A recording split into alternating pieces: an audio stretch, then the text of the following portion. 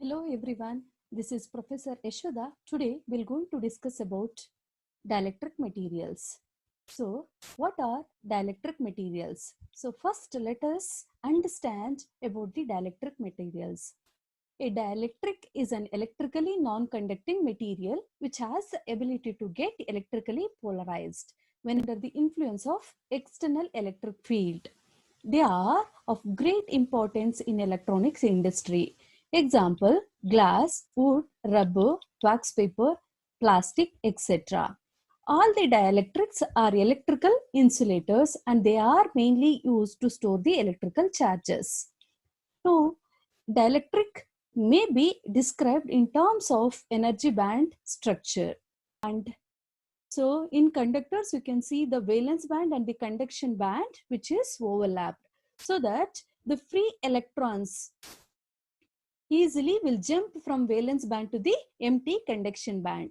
And observe in semiconductors, the electrons at certain circumstances depends on the applied voltage, the electrons will jump from valence band to the conduction band because there is a small energy band gap between a valence band and the conduction band. And observe in insulators, there is a large energy band gap between the valence band and the conduction band. The forbidden band gap, so Eg, is very large in dielectrics, and the excitation of electrons from normally a full valence band to the empty conduction band is not possible under ordinary conditions. Now let us understand a few basic definitions on dielectrics. Dipole. What is dipole? A dipole is an entity in which equal positive and negative charges are separated by a small distance is known as dipole. What is dipole moment? It is represented by the symbol mu. The product of magnitude of either of the charges and the separation, the distance between them is called as dipole moment. So we can observe the figure here. There are the two charges, the plus q and the minus q are the two charges. And the separation between these two charges, let us assume as L. L is the distance between the two charges. Now we can write an equation for dipole moment. The symbol represented by mu E, which is equal to the magnitude of one of the charge Q into L, the distance between the two charges. So this equation we can use it for dipole moment. And the SI unit for dipole moment is Coulomb meter. And what is dipole now? You can observe in the diagram here, there are the positive plate and the negative plate here. In between the positive plate and the negative plate, there is a dielectric material. So you can observe here one of the atom of a dielectric material. So in that there is a positive charge and the negative charges here. So after applying an electric field, the positive charges will move towards the negative plate and the negative charges will move towards the positive plate. So this is called dipole. So dipole is represents that displacement of charges. Now, let us understand the applications of dielectric materials. Because if you know the applications of dielectric material, then we'll come to know that why we have to study this dielectric materials. Imagine that there is no dielectric material exist.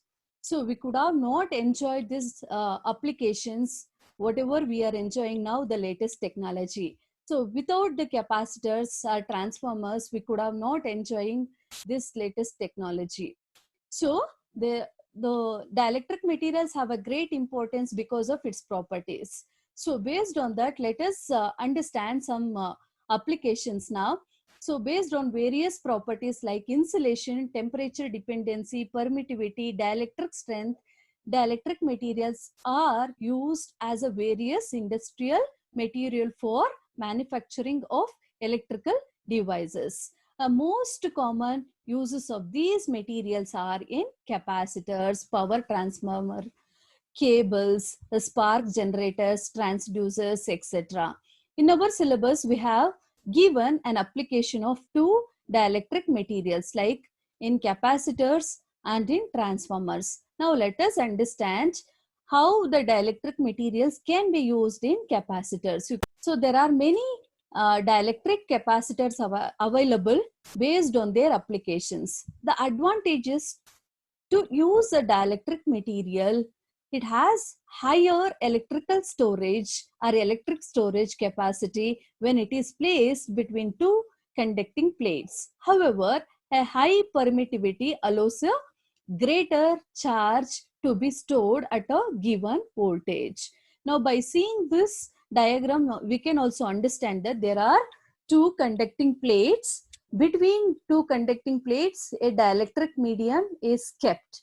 So whenever a voltage is supplied to this, the storage will increase on the plates because the dielectric medium will not allow the charges to flow through it, so that the charges will accumulate on the plates itself. As increasing the area of the plates and the distance between the two plates, the capacitance of the capacitor increases. So the application of now dielectric in transformers. In transformers, the dielectric materials are used as insulator as well as a cooling agent. A transformer oil, it is a class of mineral insulating oil and is used as a coolant. It also maintains the insulation of the windings. Fluorocarbon liquids are used in a large transformer to give high grade transformer rates together with a high dielectric strength. Next, let us understand what is dielectric constant or dielectric constant of a medium. The relative permittivity is often known as dielectric constant of a medium, and it is given by the equation called epsilon r, where epsilon r equal to epsilon by epsilon naught. Dielectric constant is a ratio of permittivity of a medium to the permittivity of free space. The value of the capacitance of the capacitor is given by C naught, which is equal to epsilon r epsilon naught A by D, where epsilon r is the relative permittivity, epsilon r is the permittivity of free space, where A is the area of the plates and D is the distance between the two plates. By this equation, we can say that high epsilon r increases capacity of the capacitor. Now, let us understand electric polarization. So, the displacement of charges in the atoms or molecules of a dielectric under the action of an applied field leading to the development of the dipole moment is called as polarization or electric polarization. So, you can see in the diagram here, this is the first diagram. In this diagram, there is a dielectric medium between the two plates here. This is positive and the negative charges. Atoms which will be randomly oriented without applying an electric field when plates. So you can see in the diagram, when electric field is applied to dielectric material, their negative and the positive charges tends to align in equilibrium position. Next, what is polarizability? The induced dipole moment per unit electric field is called as polarizability. The induced dipole moment is always proportional to the intensity of the applied electric field. So you can write an equation here. Mu is directly proportional to E, where mu is the dipole moment and E is the applied electric field. So mu is directly proportional to E. So remove proportional, add one constant, where mu equal to alpha into E, where alpha is the polarizability of the atom and its SI unit is farad meter square. What is the relation between the polarization and dielectric constant? So now we'll not going to derive an expression. So we'll going to only remember the equation. So what is the relation between the polarization P and the dielectric constant epsilon r? So the relation between P and epsilon r is given by the equation P equal to epsilon naught into epsilon r minus 1 into E. So where P represents electric polarization, epsilon naught is permittivity of free space, epsilon r is dielectric constant, E is applied electric field. So this equation you have to remember to solve the problems. Next, there are two types of dielectrics, the polar dielectrics and the non-polar dielectrics. Now let us understand one by one. So first let us take non-polar dielectrics or non-polar molecules. These are the materials do not possess permanent dipole moment. They get polarized only in the presence of external electric field. Such type of molecules are dielectrics called non-polar dielectrics. Example, helium, neon, argon, xenon, carbon dioxide, etc. In the molecules of some dielectrics, the effective centers of the negative charge distribution coincides with the effective centers of the positive charges, thus neutralizing each other's effect. Such materials are called non-polar dielectrics. You can see the atomic diagrams here. There are, in a carbon dioxide, there is a covalent bond between oxygen and a carbon and a oxygen. So there are two oxygen and a one carbon atom. So this, in this molecule, so the carbon dioxide, which will not possesses a permanent dipole moment, even in a methane also, even in propane also, and carbon tetrachloride and carbon tetrafluoride also the same we can see the non-polar dielectric materials. So these are all called non-polar dielectric material because these materials does not possesses any permanent dipoles. Next, what are polar dielectrics? So these dielectrics possesses permanent dipole moment. They are permanently polarized in nature. Example, water, KCl, HCl, NH3, etc.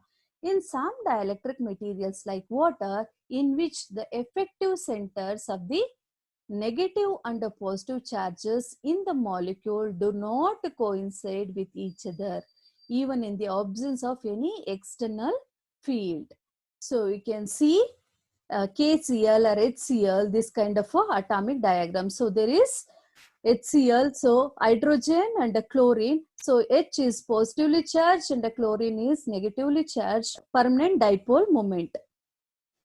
And even in water also, we can see in ammonia also, you can see our nitrogen, our alcohols, our methanols, etc. We can see this kind of a permanent dipole moment.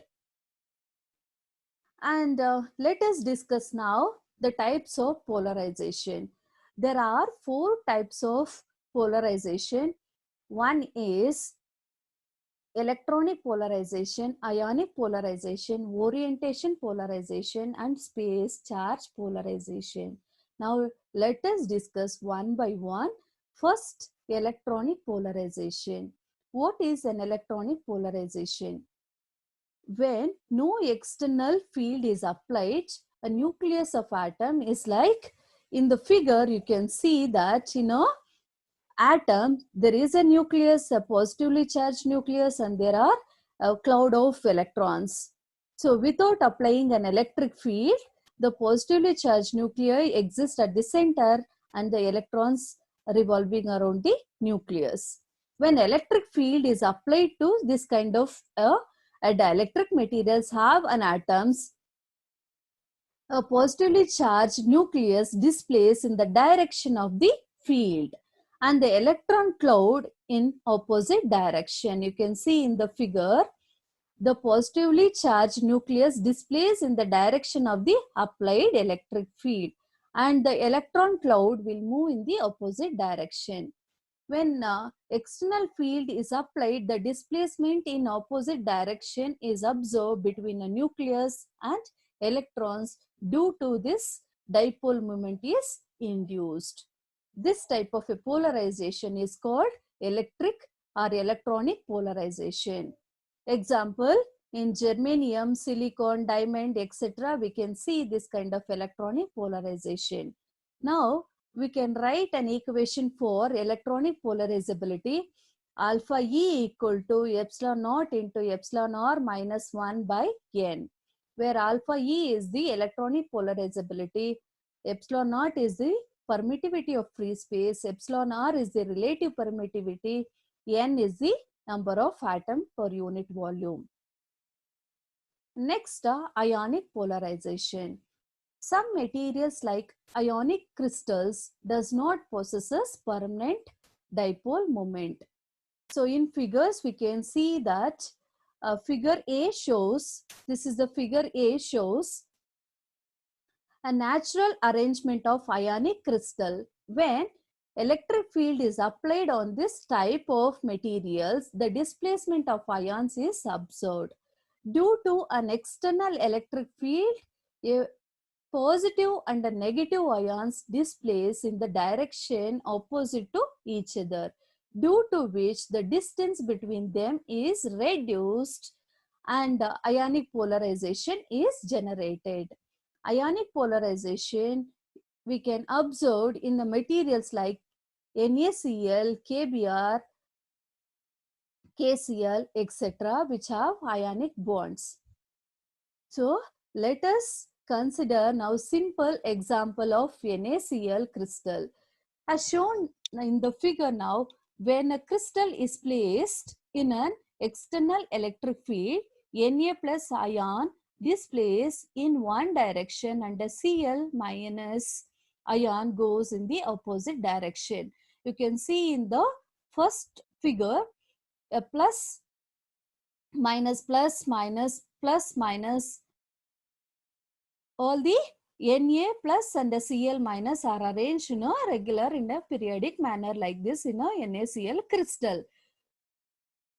Now when electric field is applied, the distance between the positive ion and the negative ion, it get reduces. You can see in the second figure, when electric field is applied, the positive ion, Na plus ion, displays towards the negative ion, towards Cl minus. So here also the same thing you can observe here, the plus or positive ion, it is moved towards the negative ion. So the displacement of charges will occurs due to the ionic polarization. And next, what is orientational polarization?